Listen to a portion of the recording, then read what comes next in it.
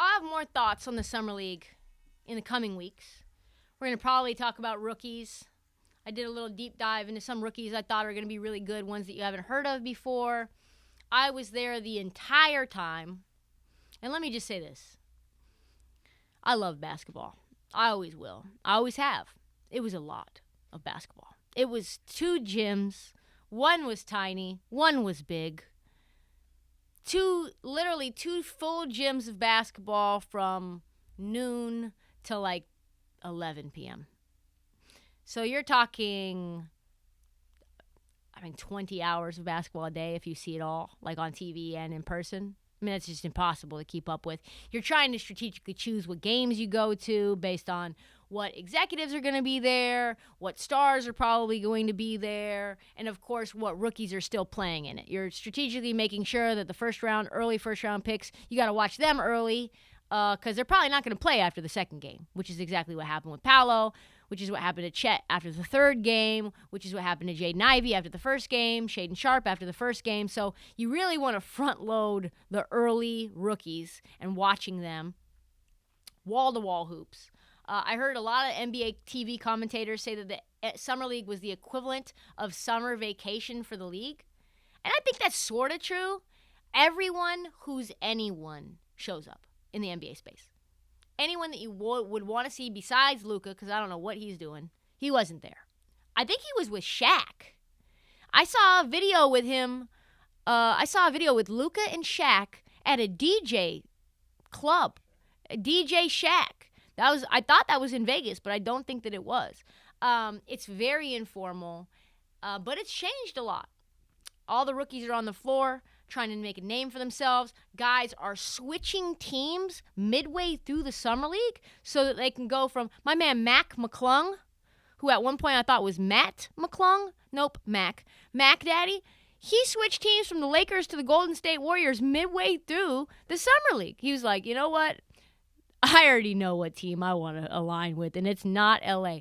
He's going to mess around and probably be a rotation player. He really balled out from Summer League. So you see that a lot. We have plenty of time to break down the rookies and sophomores, but now I just kind of want to talk a little bit about Summer League and the experience itself if you haven't been there. So it was created in a long-ass time ago from a guy named Warren Legary and his partner Albert Hall. They went to David Stern and asked if they could create essentially a rookie camp for guys to showcase their talents, for guys to get picked up on two-way deals, and after, some conversations, they allowed Warren to do that. It was never televised. It was never something that was a fan spectacular. It was a way, in a sense, to extend the combine atmosphere and get GMs and coaches and players all in a room, and the players would come to support their teammates, and it was like a convention. It was like a inside the NBA convention, and it was the second event as media I had ever been to in 2012. Damian Lillard's first year. Damian Lillard won Summer League MVP that year. He was electric. So from then on, it slowly but surely started to get bigger and bigger and bigger. So I went in 2012, there was almost no fans at all. You could go up to GMs and they were just sitting in the bleachers by themselves. No one anywhere close. You're like, oh yeah, is that Pat Riley?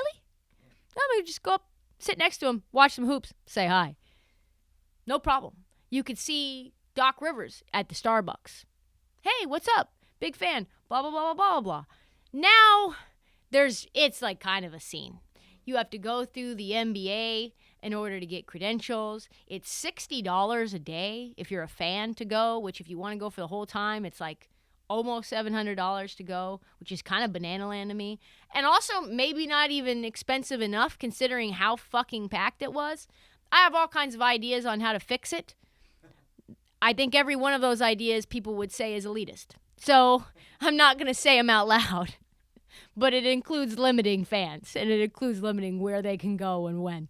Because it's meant for us, right? It's meant for media. I'm very happy that it's televised and that you can see it on TV, but you don't need to be that close to Paolo Banchero. You don't. Like, you just see him in Orlando on a random Tuesday in January. This is like the Combine. We're trying to get business done here. Every single game now is televised. Every single one. They have some games on NBA TV and the other half of games on ESPN. I think the games in the big gym are on ESPN and the small games are on NBA TV, or maybe they rotate it in and out. But it is now wild. It's to the point where that you've got security telling you where you can sit and where you can stand. It's just a scene. And something that I feel like is only going to get bigger and bigger. And I think now that it's huge, there needs to be a second event. There's also these little gyms off to the side that nobody even knows about. Secret practices going on. John Morant gym. Usher Raymond and his son hooping it up. Carmelo Anthony and his son hooping it up. P. Diddy, just random celebrities coming through to this gym called Impact, which even I, myself, cannot get an invite to. So that's the next step, is to get inside Impact, give you guys the full experience there, maybe take some videos, but that's happening every day in addition. Also, on top of Summer League, there's a thing called Sports Business Classroom where young people and old people alike are coming to learn about the business of the NBA.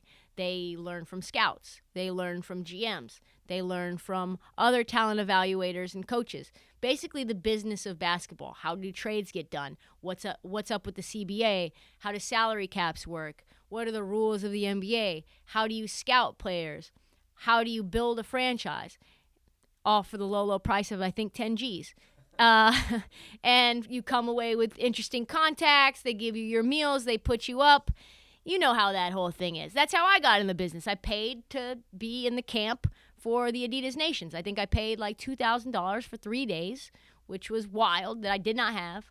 And I came away with a little mixtape that I could give people to see what I look like sort of on camera. So that's happening. They also have coaches clinics that are going on, almost like Sloan Business, where it's like changing technology in the NBA, almost trying to find ways to extend careers of NBA players. I have a friend who's a sleep doctor who gives talks on his CPAPs and surgeries that athletes have on their body in order to extend their careers, increase their ability to, lift more, all the stamina stuff that goes on inside games of an 82-game season. So a lot of extracurricular activities that are business, and then obviously there's a lot of extracurricular activities that are going on with playtime as well. A lot of people going out, a lot of people hitting the clubs, a lot of people ending up going to these long, fancy dinners at pretty much every restaurant under the sun in Vegas that you can find. An experience, definitely something that I recommend, but if you're a fan, I would recommend you go for like the first 2-3 days and then leave. Just go. Just don't stay. It's not worth it. There's no one there for you to see. There's no players playing in it that that you've ever heard of. By like day 8, you're talking about guys I need to look up on the internet. Never heard of them. It's like him and Sharif O'Neal and Mac McClung and like Neemias Queta, and Neemias Queta is actually going to be a star, but we'll talk about that another time. So that's my advice. Go first 3 days. Go like Wednesday through Saturday and leave. Also, never seen Starbucks prices like that in my life.